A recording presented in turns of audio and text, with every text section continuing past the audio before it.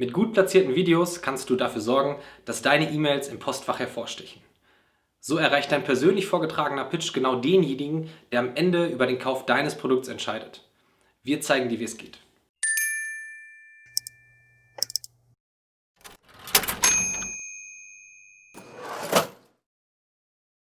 Hi, ich bin Jan von Virtual Sales. Wir haben uns zum Ziel gesetzt, Unternehmern zu helfen, mit digitalen Lösungen erfolgreicher im Vertrieb zu sein.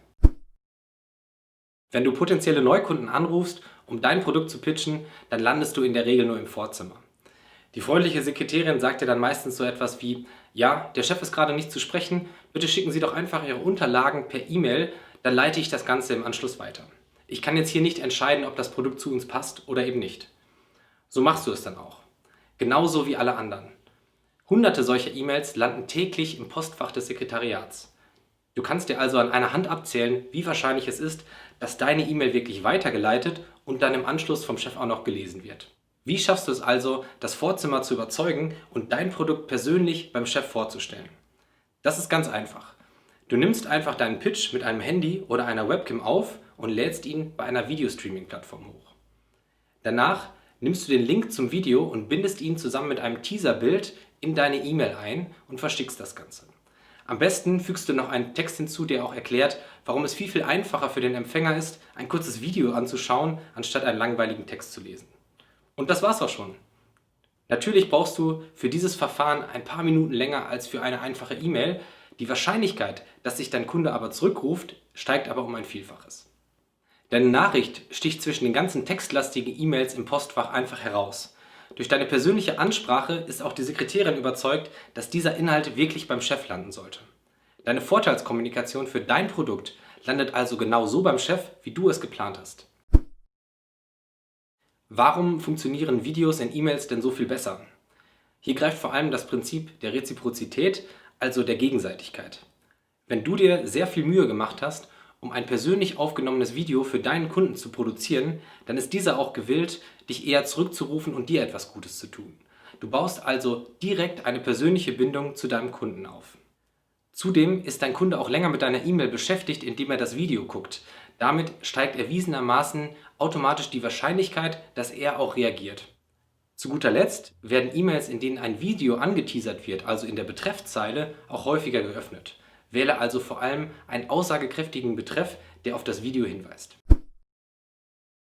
Was solltest du also beachten, wenn du deinen persönlichen Pitch aufnimmst? Mach dich vorab über deinen Kunden schlau. Das geht vor allem ganz gut über LinkedIn oder Xing oder die persönliche Website deines Kunden. Eventuell findest du etwas, was du im Pitch aufgreifen kannst.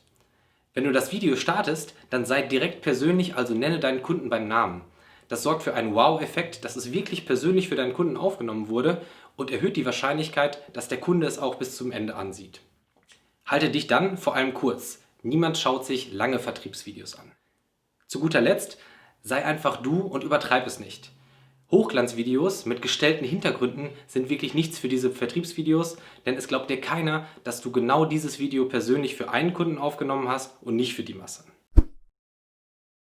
Warum solltest du dein Video dann nicht einfach per E-Mail-Anhang versenden?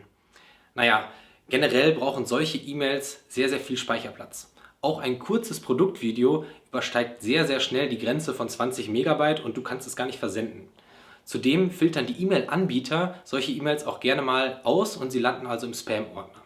Zu guter Letzt sind auch ganz viele Anbieter gar nicht in der Lage, Videos flüssig darzustellen und es kommt also final nicht beim Entscheider so an, wie du es geplant hast. Welche Streaming-Plattformen bieten sich denn jetzt eigentlich für dich an?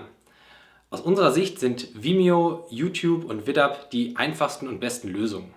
Je nach Anbieter unterscheiden sich die Limits bezüglich Größe und Anzahl der Videos, die du pro Monat hochladen kannst. Wähle also den Anbieter, der am besten zu deinem ersten Test passt.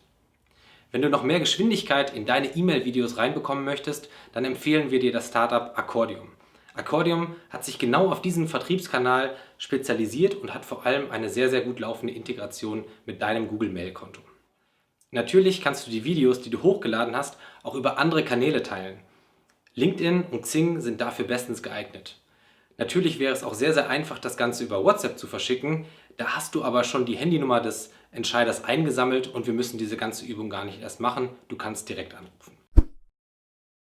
Wenn du jetzt mit deinen eigenen Vertriebsvideos loslegst und eine professionelle Meinung bekommen möchtest, dann schick uns dein Video einfach per E-Mail und wir geben dir Feedback.